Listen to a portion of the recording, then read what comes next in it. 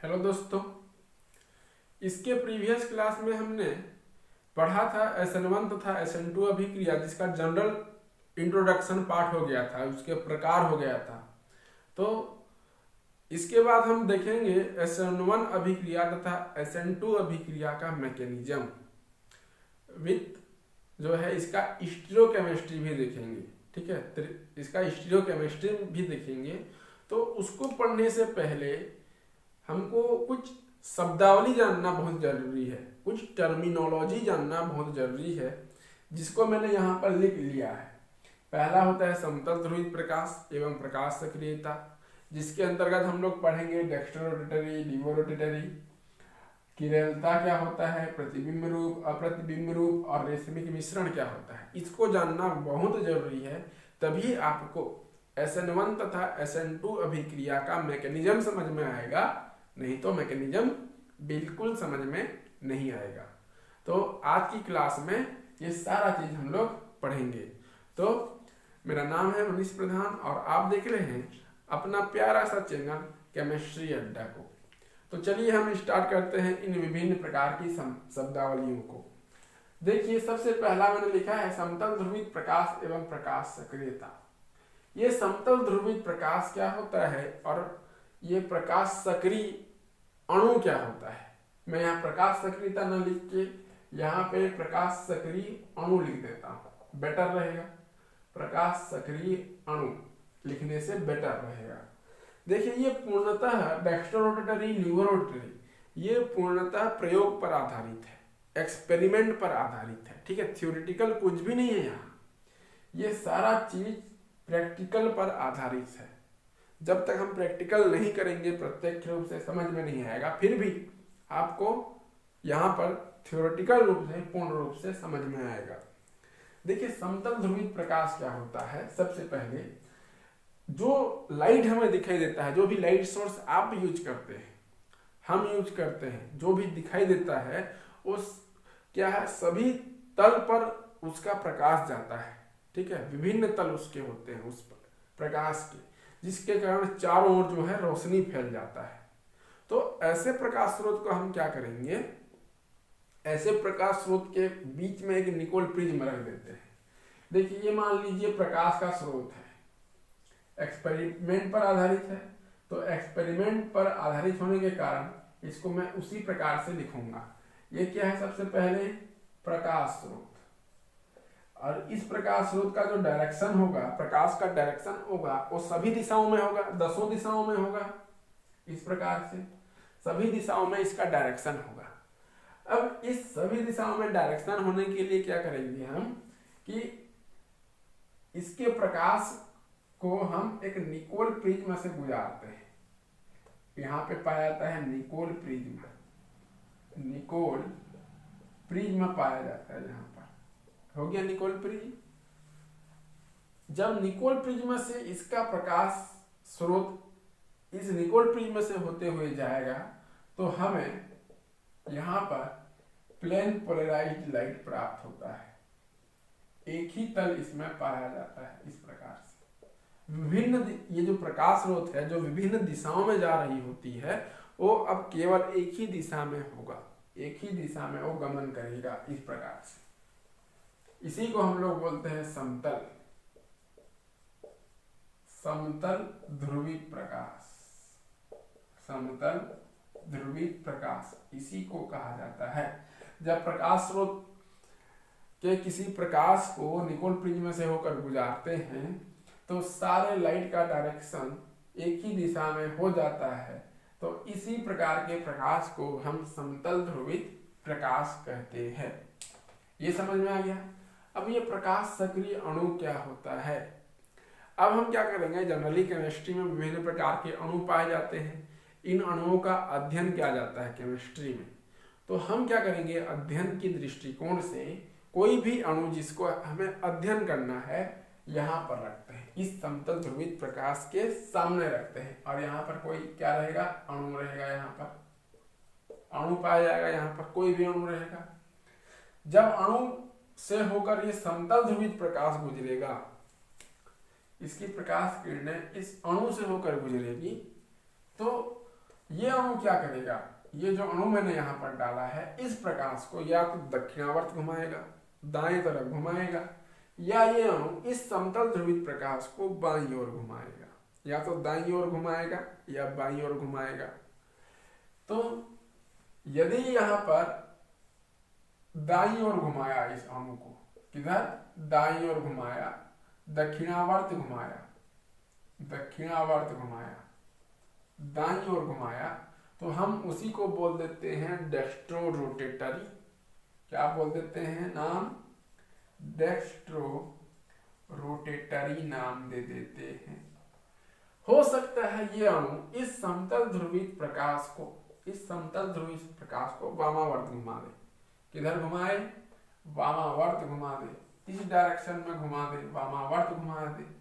तो वामावर्त यदि घुमाएगा तो हम उसी को बोल देते हैं लीवो रोटेटरी, लीवो रोटेटरी अणु कह देते हैं, डेक्स्ट्रो रोटेटरी, और इसको हम लोग बोल देते हैं लीवो रोटेटरी अणु।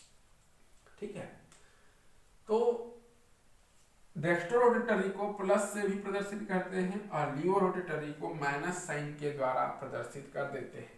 इसको हम लोग शॉर्टकट में बोल देते हैं डी फॉर्म, और इसको शॉर्टकट में हम बोल देते हैं L form, L minus form कह देते हैं। इतना आपको समझ में आया कि नहीं? ये पूर्णतः प्रैक्टिकल पर आधारित है। ठीक है, ये सारा सेटअप होना चाहिए। एक क्वेश्चन यहाँ पर यह उठता है कि यहाँ पर हमें कैसे पता चला कि यह अणु समतल ध्रुवित प्रकाश को दक्षिणावर्त घुमाएगा या वामावर्त घुमाएगा। तो इसका उत्तर यह है कि अणु में यहाँ पर एक पोलेरोमीटर लगा रहता है। क्या लगा रहेगा यहाँ पर, पोलेरोमीटर लगा रहेगा, अणु के साथ में लगा रहता है पोलेरोमीटर, ध्रुवण मापी कहते हैं। हिंदी में क्या कहा जाता है, ध्रुवण मापी, ध्रुवण मापी भी इसे कह देते हैं, ध्रुवण मापी भी कह देते हैं। एक बार पुनः कह रहा हूं, सुनिए। ये सारे जो मैंने टर्म यहाँ पर लिखे हैं सारे एक्सपेरिमेंट पर आधारित हैं, प्रयोग पर आधारित हैं। सबसे पहला क्वेश्चन है समतल ध्रुवित प्रकाश एवं प्रकाश सक्रिय अणु किसे कहते हैं, तो प्रयोग पर आधारित है, इसलिए मैं प्रयोग के आधार पर बताऊंगा। कोई भी यदि प्रकाश स्रोत रहता है, उस प्रकाश स्रोत का जो डायरेक्शन होता है, लाइट का डायरेक्शन, वो 10 दिशाओं में होता है। तो उन दिशाओं को एक जगह करने के लिए, एक ही दिशा में करने के लिए हम प्रकाश स्रोत के सामने एक निकोल प्रिज्म लगाते हैं। जब ये प्रकाश स्रोत निकोल प्रिज्म से होकर गुजरता है तो लाइट का डायरेक्शन एक तरफ हो जाता है, तो जो लाइट हमें प्राप्त होता है वही लाइट समतल ध्रुवित प्रकाश होता है। इस समतल ध्रुवित प्रकाश के सामने हम अणु रखते हैं और अणु के साथ पोलेरोमीटर या ध्रुवणमापी लगा होता है। ध्रुवणमापी हमें यह बताता है कि यह अणु समतल ध्रुवित प्रकाश को दक्षिणावर्त घुमाएगा या वामावर्त घुमाएगा। यदि पोलेरोमीटर से हमें प्राप्त होता है कि यह अणु यदि दक्षिणावर्त घुमाएगा अणु को, तो उस अणु को हम डेक्स्ट्रो रोटेटरी कहते हैं। इसे प्लस से प्रदर्शित करते हैं और शॉर्टकट में इसे डी प्लस भी कहते हैं। और यदि यह अणु इस समतल ध्रुवित प्रकाश को वामावर्त घुमाएगा, बाईं दिशा में घुमाएगा, तो हम उसे लीवो रोटेटरी अणु कहते हैं। इसे माइनस से भी प्रदर्शित किया जाता है या इसे शॉर्टकट में एल माइनस भी कह देते हैं। तो ऐसा अणु जो समतल ध्रुवित प्रकाश के प्रति कुछ रेस्पॉन्स दे, ठीक है, कुछ हमें रेस्पॉन्स दे, उसी अणु को प्रकाश सक्रिय अणु कहते हैं। उसी अणु को हम प्रकाश सक्रिय अणु कहते हैं। ठीक है, प्रकाश सक्रिय अणु कहलाता है। इतना समझ में आ गया? आप लोग अपने मन से लिखेंगे। परिभाषा यदि आपको पूछ लिया जाए कि प्रकाश सक्रिय अणु किसे कहते हैं, तो वह अणु जो समतल ध्रुवित प्रकाश के प्रति अपना कुछ रेस्पॉन्स दे, ऐसे अणु को प्रकाश सक्रिय अणु कहते हैं। ठीक है, ये तो हो गया डेक्स्ट्रोरोटरी, लीवोरोटरी, समतल ध्रुवीय प्रकाश, प्रकाश सक्रिय अणु। अब प्रश्न यह उठता है कि जितने भी ऑर्गेनिक कंपाउंड हैं, क्या सभी अणु प्रकाश सक्रिय अणु होते हैं? ठीक है, प्रकाश सक्रिय अणु होते हैं कि नहीं होते, सवाल यही उठता है। तो इसका उत्तर है नहीं। इसका उत्तर है नहीं। ऐसे अणु जो किरेलता को प्रदर्शित करते हैं, किरेल अणु होते हैं, वही प्रकाश सक्रिय अणु होते हैं। एक उदाहरण दे रहा हूं आपको। उदाहरण, तो ये किरेलता क्या होती है? कौन से अणु प्रकाश सक्रिय अणु होते हैं? तो मैं बोलूंगा कि किरेल अणु। कैसे अणु? किरेल अणु ही प्रकाश सक्रिय अणु होते हैं। प्रकाश सक्रिय अणु होते हैं। मैंने किरेल अणु कहा, किरेल अणु ही प्रकाश सक्रिय अणु होते हैं। अब प्रश्न यह उठता है कि ये किरेल अणु क्या है और यह किरेलता क्या है, दोनों टर्म क्या होते हैं? तो इसको भी आप ध्यान से सुनिए कि यदि मान लीजिए कोई कंपाउंड है, ऑर्गेनिक कंपाउंड है, और ऑर्गेनिक कंपाउंड में कोई कार्बन सेंटर है, कोई मान लीजिए कार्बन सेंटर है, और आप जानते हैं कार्बन सेंटर, कार्बन की कितनी संयोजकता होती है? कार्बन की संयोजकता होती है 4। और यदि इसकी चारों संयोजकताएं समान हो, कोई भी दो समान हो, तो उस अणु को हम किरेल अणु नहीं कहेंगे। और यदि चारों के चारों भिन्न हो, कोई भी समान ना हो, तो उसी को हम लोग बोलते हैं किरेल अणु। किरेल अणु कहा जाता है। मान लीजिए ये कार्बन सेंटर है, इस कार्बन सेंटर पे यहाँ पे फ्लोरीन लगा है, यहाँ पे क्लोरीन लगा है, यहाँ पे ब्रोमीन लगा है, और यहाँ पे हाइड्रोजन लगा है। तो कार्बन की जो चारों संयोजकताएं हैं वो भिन्न भिन्न हैं। तो इसी अणु को हम लोग क्या कह देते हैं? किरेल अणु। ऐसे अणुओं को किरेल अणु कहते हैं। और यदि मैंने यहाँ पर कार्बन सेंटर बनाया और इस कार्बन की 4 संयोजकताएं होती है, और यदि मैंने यहाँ पे फ्लोरीन लिखा, यहाँ पे भी मैंने क्लोरीन लिखा, और यहाँ पे मैंने हाइड्रोजन लिख दिया, तो चूंकि यहाँ पे 2 संयोजकताएं, कार्बन की 2 संयोजकताएं समान हो गई, तो यह जो अणु है, यह अणु अकिरेल कहलाएगा। किरेल नहीं कहलाएगा, अकिरेल अणु कहलाएगा। अकिरेल कार्बन अणु अकिरेल अणु कहलाएगा। ठीक है, तो इसको हम लोग बोलते हैं किरेल सेंटर। ठीक है, किरेल केंद्र इसको कहते हैं। देखो, मेरा प्रश्न क्या था? क्या सभी अणु प्रकाश सक्रिय अणु होते हैं? तो इसका उत्तर है कि सभी अणु प्रकाश सक्रिय अणु नहीं होते। ऐसे अणु जो किरेल अणु होते हैं वही प्रकाश सक्रिय अणु होते हैं।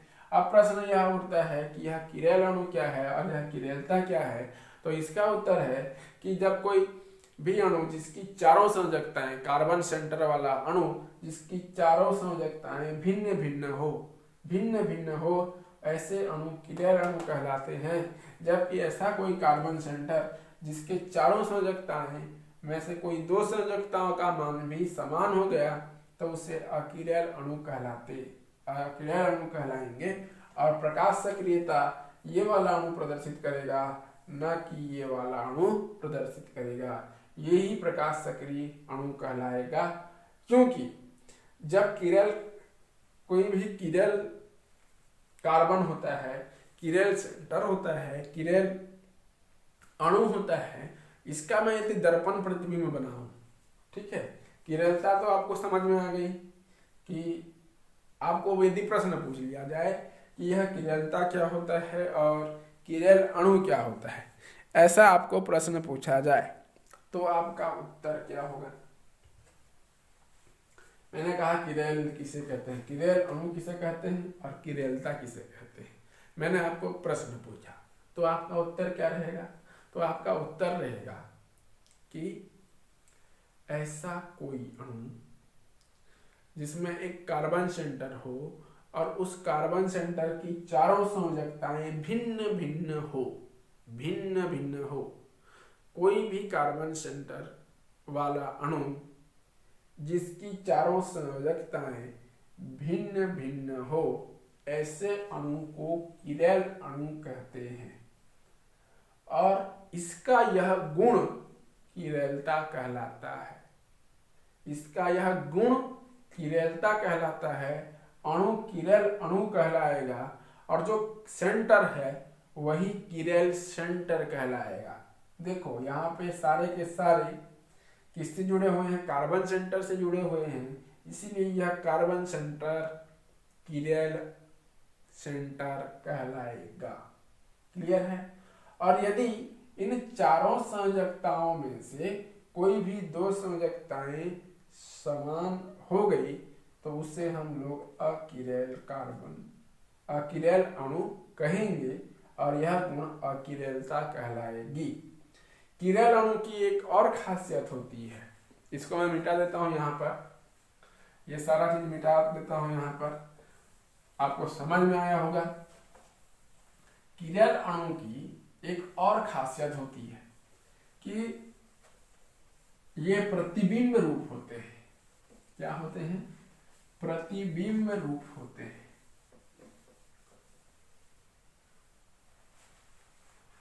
ब्यूटेन, एक उदाहरण मैं लेता हूं। मान लीजिए ये कोई कार्बन सेंटर है। इस कार्बन सेंटर में मैंने इधर जो है OH ग्रुप जोड़ दिया, इधर जो है CH3 ग्रुप जोड़ दिया, इधर H ग्रुप जोड़ दिया और इधर C2H5 ग्रुप जोड़ दिया। ठीक है? OH ग्रुप,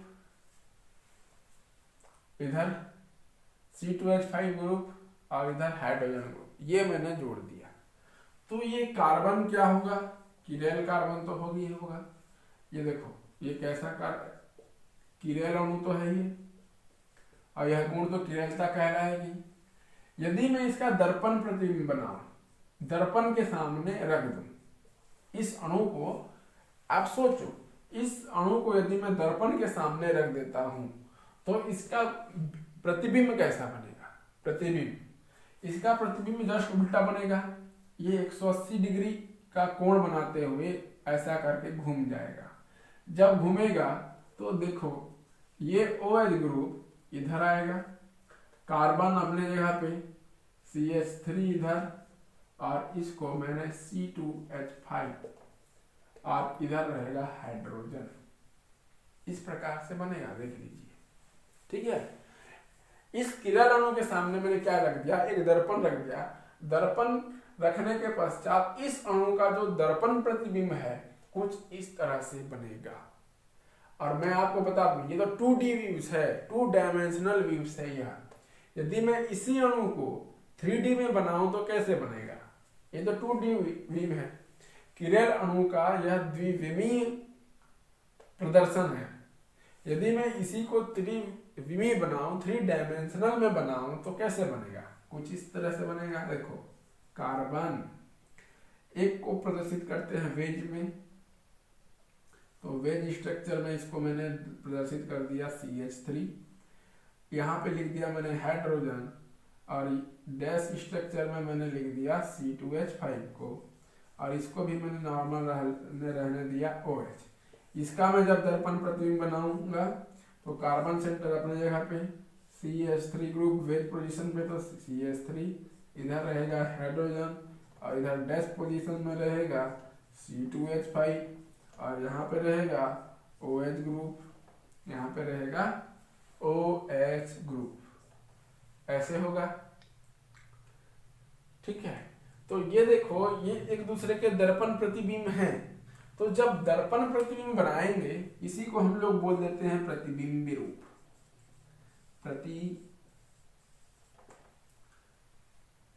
बिंब रूप कहलाएगा यह। और जब दर्पण प्रतिबिंब नहीं बनाते तो उस समय कहलाएंगे अप्रतिबिंब रूप। ये किसके अंतर्गत आएगा? प्रतिबिंब रूप के अंतर्गत आएगा। तो किरैल कार्बन ही किरैल अणु ही दर्पण प्रतिबिंब बनाते हैं, अन्य अणु दर्पण प्रतिबिंब नहीं बनाते हैं। अन्य अणु दर्पण प्रतिबिंब का निर्माण नहीं करेंगे। केवल और केवल किरण अणु ही प्रतिबिंब रूप का निर्माण करेंगे, दर्पण प्रतिबिंब बनाते हैं। एक उदाहरण दे रहा हूं, और यदि मैं मेथेन अणु लूं, CH4 अणु, क्या यह दर्पण प्रतिबिंब बनाएगा? नहीं बनाएगा। देखो, carbon, hydrogen, hydrogen, hydrogen, hydrogen, इसके सामने यदि मैं दर्पण रखूं तो यही बनने वाला है, हाइड्रोजन, हाइड्रोजन, हाइड्रोजन और हाइड्रोजन। दर्पण प्रतिबिंब का निर्माण बिल्कुल नहीं करेगा। तो ये क्या होगा? अप्रतिबिंब रूप वाला कोई कंपाउंड होगा।